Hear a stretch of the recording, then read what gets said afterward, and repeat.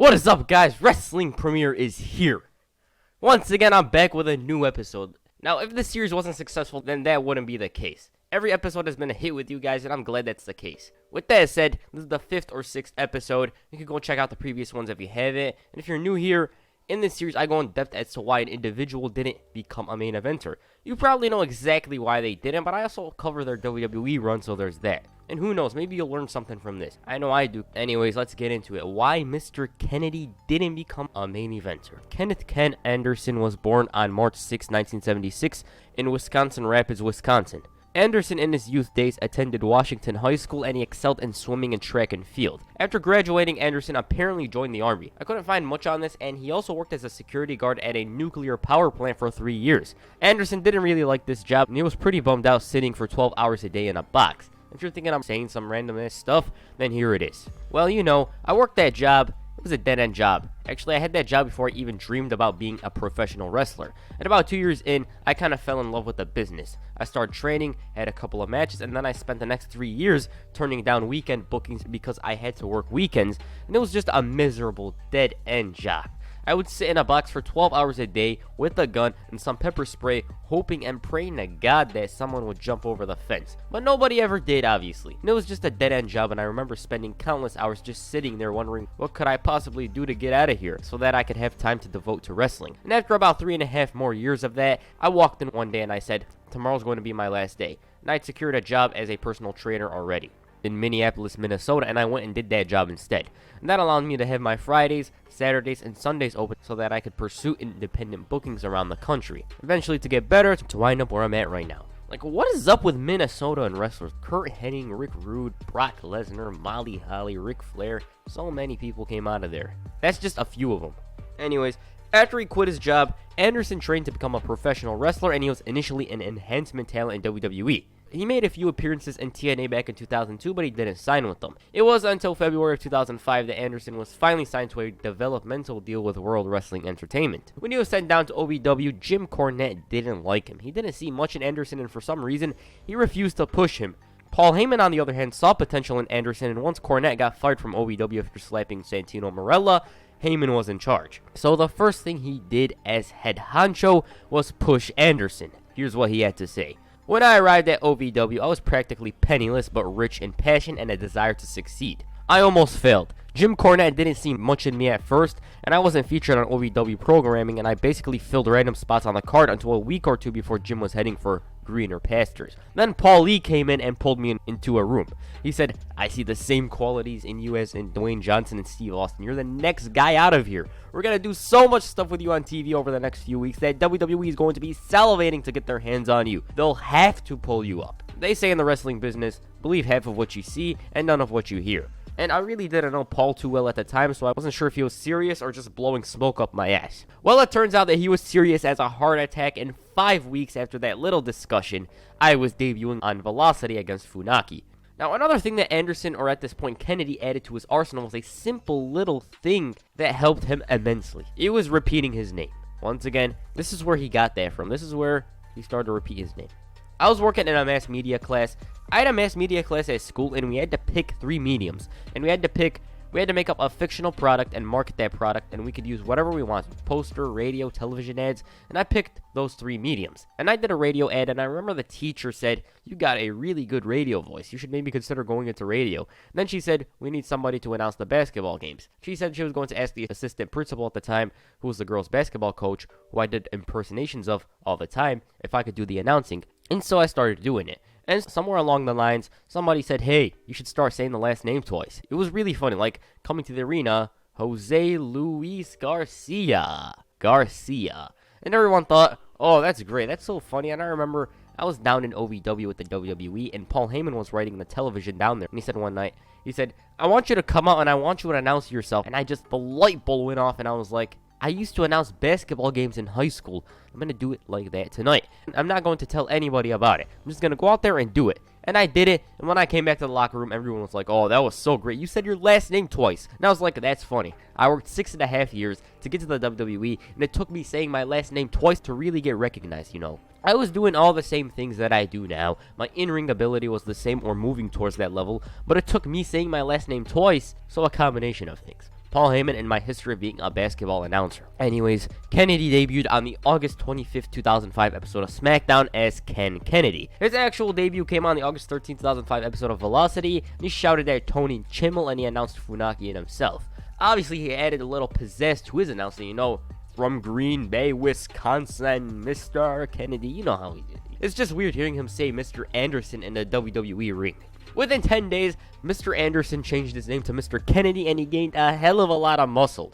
His character was a guy who was his own biggest fan. Basically, he was a mark for himself. Let me sum up his first few months. He started to gain traction with the crowd. He destroyed jobbers. He beat Booker T. He continued to ridicule Tony Chimel's announcing and announcing himself. He beat Rey Mysterio. He spoke to a donkey, or in his words, Tony Chimel.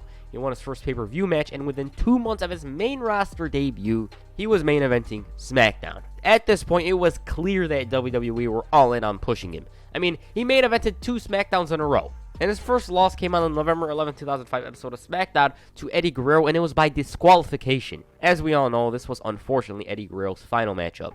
As for Ken Kennedy, his push would come to a screeching halt a few weeks later as he suffered an injury. It was diagnosed with a torn latissimus dorsi. Nonetheless, Kennedy didn't allow for the audience to forget him, and he continued appearing on SmackDown throughout early 2006 on commentary. And I believe he had a show on WWE.com. I'm not sure, though. I feel like I seen that before on the internet. I'm not sure. Anyways, this injury left Kennedy on the sidelines for 6 months. It was until the June 9, 2006 episode of SmackDown that he returned to in-ring competition. The fans were pretty excited to see him, and WWE decided to continue the push. They had Kennedy replace Mark Henry in a matchup against Batista. And that pay-per-view up to this month was the most unlucky pay-per-view in WWE history. Not to mention Over the Limit 99, because nothing tops that. But this pay-per-view was full of changes. There were guys that were out due to elevated liver enzymes, injuries. I believe someone got suspended. They violated the wellness policy, not sure though. It was a mess. During that match, Kennedy bled and bled and bled. I believe Batista slammed him on the steel steps, and I don't know how that cracked his head open, but it did. In the end, Batista's lack of composure meant that Kennedy won the match by disqualification. After this, Batista let out his frustrations and he destroyed Kennedy. Following this victory, if you could call it one, Kennedy set his sights on the United States Championship. He captured the title on the September 1st episode of SmackDown, and from there, he claimed that there wasn't competition on SmackDown because he's beaten everyone. And he also said that he's going to Raw due to this. Theodore Long responded to this by announcing that at No Mercy, Mr. Kennedy will go one-on-one with The Undertaker. In the weeks leading to the match, Kennedy wasn't keen on facing the Dead Man. As a matter of fact, he tried to get out of the match by claiming that he didn't want to be the guy who destroyed The Undertaker. He said that it would be wrong to put a black mark on his awesome legacy. And it is with heavy heart that he says to the fans, as a man of good conscience, he couldn't wrestle The Undertaker at No Mercy. Upon hearing this, the Dead Man decided to pay a visit. The Undertaker grabbed Kennedy's mic and informed Kennedy of something important. He said that he shows no mercy and that Kennedy will rest in peace. As The Undertaker turned his back to him, Kennedy was looking to blast him with a microphone, but all of a sudden, it blew up. Following this, Kennedy then claimed that he was the future of the company, and he was basically convinced that he's beating The Undertaker. Anyways, the match was 20 minutes long, and I don't think I enjoyed it. It felt boring, although I haven't watched it in years to know exactly what my opinion on it is, because who knows, maybe I like it nowadays. It ended with The Undertaker getting himself disqualified, which basically meant this thing was far from over. After the event, Kennedy demanded that Teddy release him so he could sign with Raw. His wish was granted, but only if he could beat one man that Teddy himself claimed that Kennedy has never faced. Out came this guy. Fresh off his 6-month sabbatical, Chris Benoit was poised to capture the United States Championship. During the match, and it was a pretty long one, The Undertaker decided to make his entrance, and Benoit capitalized on this by hitting a few Germans on Kennedy. He then locked him in the crossface and he tapped out, which meant that 1, Kennedy lost the title, and 2, he remains on SmackDown. Since The Undertaker still had issues with Kennedy, a matchup was made for Survivor Series. Mr. Kennedy versus The Undertaker in a first blood match. In the weeks leading to the match, Kennedy busted the Dead Man open. He destroyed him, he brutalized him, but still The Undertaker sat up and managed to recover for a bit. He responded to this in a rather unique way. He dropped red liquid or substance onto Kennedy, and basically, this one, it didn't seem like Kennedy was going to win if you look at the build-up, but who knows? Maybe he will. Before the matchup, MVP informed Kennedy that he has his back, considering they were teaming up for a bit around this time. Vontavious Porter did end up being the deciding factor as he cracked The Undertaker's head open with a steel chair. Despite winning, this one didn't end well for Mr. Kennedy. The Undertaker absolutely obliterated him. Like, that chair shot he delivered, oh man, like, that's too much. Like, sounded like a damn gunshot. The dead man continued attacking him afterwards, and it was clear that things were going to get uglier from here. Now, the reason why MVP blasted The Undertaker wasn't because of Kennedy. I believe he was intending to blast Kennedy with a chair, and he hit The Undertaker by accident. I don't get why. I haven't watched the match, but that's exactly what happened. After this, Teddy Long decided, you know what? These two have got to put an end to their issues. So he booked them in a last ride match.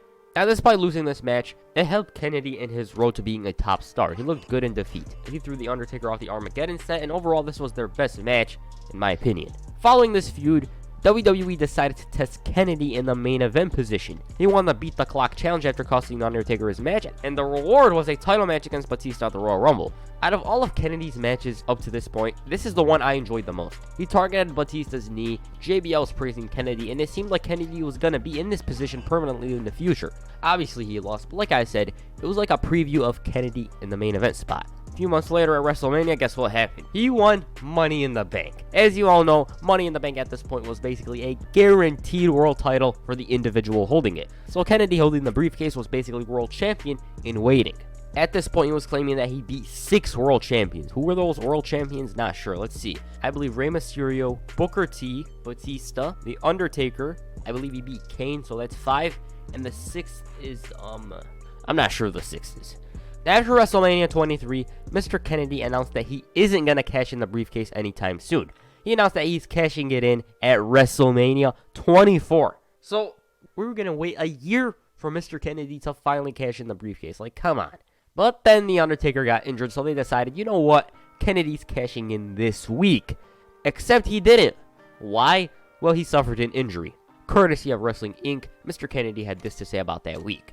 We decided that I was going to cash it in next year at WrestleMania, said Anderson. I announced that I think the next night on Raw, or maybe it was the SmackDown after that, hey, I'm already setting a date, I'm going to cash in at WrestleMania next year. But then, Taker got injured, and he had the world title at the time. They were trying to figure out a way to get it off him. You know, they called me in the office and said, hey, I know we were going to have you cash it in at WrestleMania next year, but we need to get the title off of Taker, so we're going to have you come out next week at SmackDown. You're going to challenge him after he has the cage match with Mark Henry and blah, blah, blah. You're going to win the title. 3 or 4 days later, I was wrestling in a wrestling match with Batista and a bunch of other guys, like an 8-man tag, and Batista, it wasn't Batista's fault or anything, he gave me a clothesline and I felt something pop in my tricep. My arm swelled up so bad I couldn't even bend my elbow. I ended up going to see a doctor, take an MRI in Erie, Pennsylvania, and the next day Stephanie called me and said, Ken, you tore your tricep off the bone, you're going to have surgery, and you're going to be out for 7 to 8 months. But unfortunately, we still have to get that title off of Taker, so we're going to fly to Penn State. Edge is going to challenge you for the briefcase, and he's going to go on to do what you were going to do. As you all know, Edge captured the briefcase, and to be honest, I prefer he did. Edge on SmackDown, some of the best times, like, I enjoyed watching SmackDown during that time period immensely. I loved it. As for Kennedy, who knows, maybe he would have became a big star had he cashed in the briefcase. Maybe he would have been Jack Swagger, who knows. The funny part in all of this is the fact that Kennedy went to reevaluate his tricep a month later, and the first doctor basically misdiagnosed him. This doctor told him that it was a minor injury, and a few weeks later, Kennedy was back in the ring. Oh my god, that's gutting. Only a few days from a title win, you get injured. This is like a player getting injured or not playing the Super Bowl or a Champions League final, and your team ends up losing because you got injured. But never fear, Vince McMahon's here. Despite losing the briefcase, WWE were still keen on pushing Ken Kennedy. As a matter of fact, they were going to make him the focal point on Raw as he was drafted to the brand. I mean, it shows that they were willing to push him so hard that they were planning on making him Mr. McMahon's illegitimate son. Like, it can't get better than that, unless you're Hornswoggle. Once again, he was 1 week away from a big-ass push, but once again, it was halted. This time, though, it was actually Kennedy's own wrongdoing. In an interview with The Sun back in August of 2007, Mr. Kennedy claimed to not be on roids at this point. Here it is. I don't take steroids, but I've taken steroids in the past. I never took a lot, but when I was working the independent scene, I was trying everything I could. I never took massive amounts of steroids, and do you know why I stopped taking them? Because of the wellness policy. Because I knew that having a job with the WWE was way more important than the 10 pounds of extra muscle that the steroids gave me.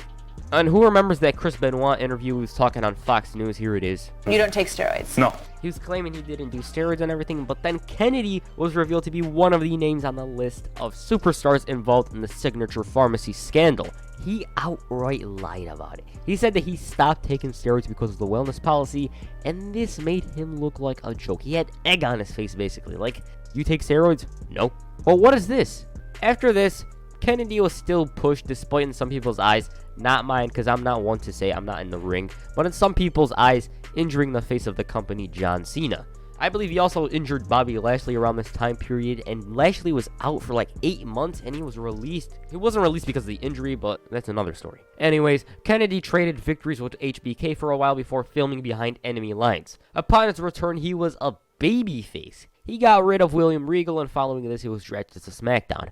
This return to the blue brand began with despair. He suffered another injury in August 2008. His shoulder was dislocated, and he was once again on the shelf for 8 months. When it was time for Kennedy to return, WWE advertised his appearance for the May 25th, 2009 episode of Raw. This was a special episode of Raw, you know, Lakers and Nuggets. I don't think anyone covered that episode, and who knows, maybe it's a good video idea for next month. Hopefully. Anyways, Kennedy returned, and he informed Randy Orton that he will be WWE Champion. He also announced that he's in the main event.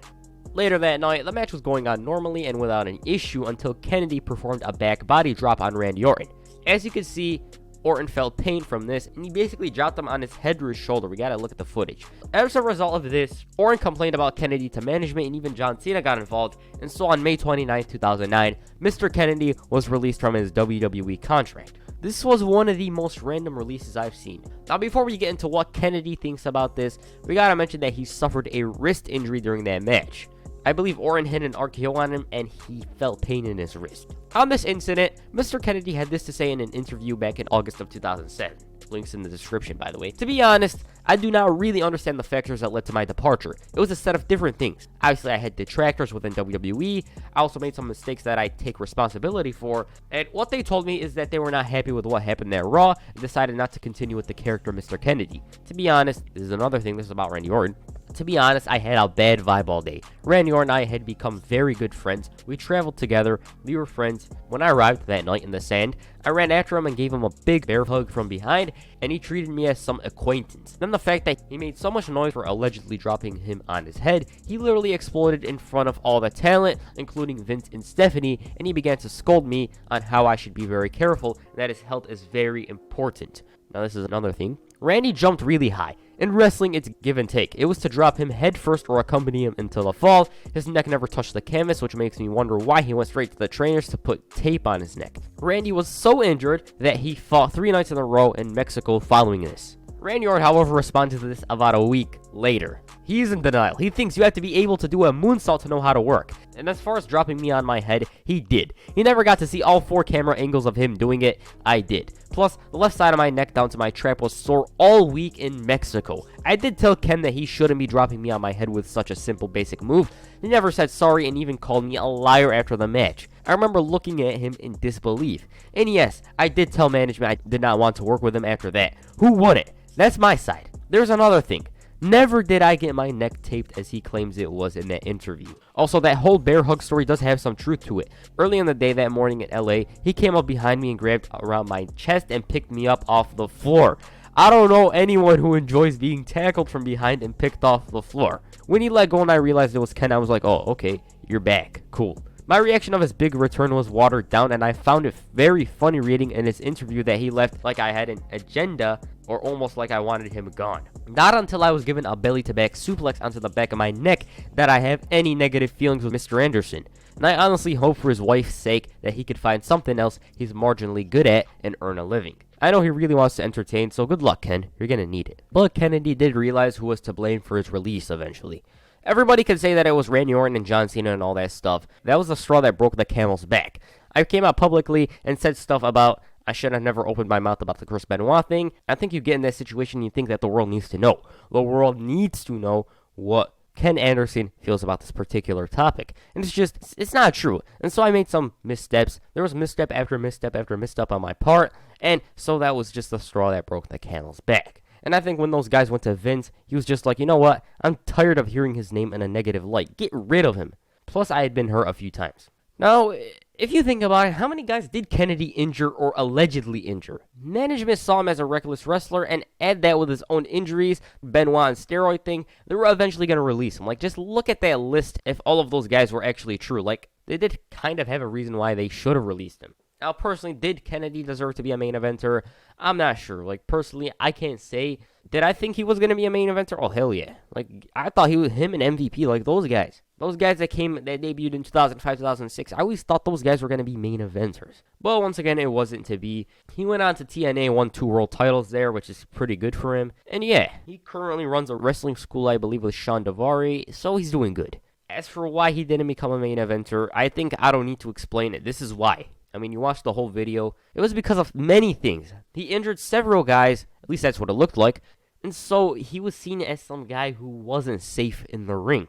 And plus, who knows, even if he didn't injure these guys. Like, I believe Triple H saw him as a guy who cuts comedy promos, and he said that isn't main event material. Like, who knows? Maybe Triple H would have prevented him from becoming a main eventer. I don't know. One thing I do know is that Kennedy had a lot of issues and controversial stuff that he did that led to his release. And so that's that.